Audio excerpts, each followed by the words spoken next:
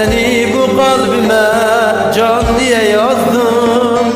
Senden başkasını sevemem artık. Seni bu kalbime can diye yazdım.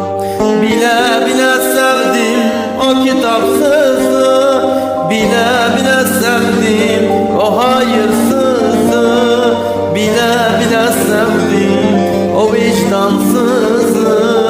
Ne olur üstüme gelmeyin benim.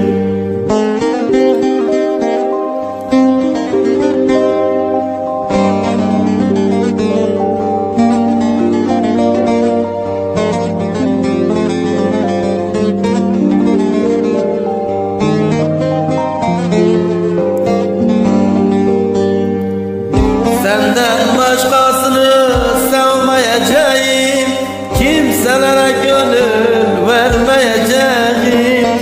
Bu dünyaya bir değil bin defa gelsem, yine de zalim seni hep seveceğim.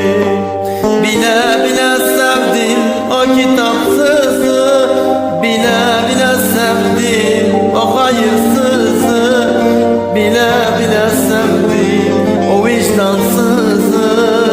Ne olur üstüme gelmeyin benim.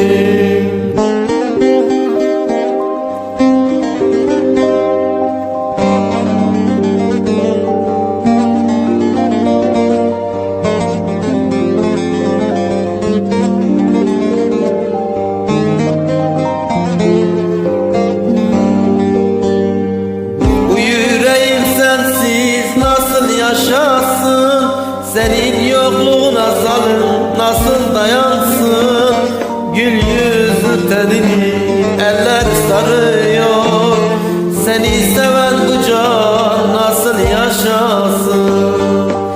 Bile bile sevdim o kitapsızı, bile bile sevdim o hayırsızı, bile bile sevdim o vefasızı. Ne olur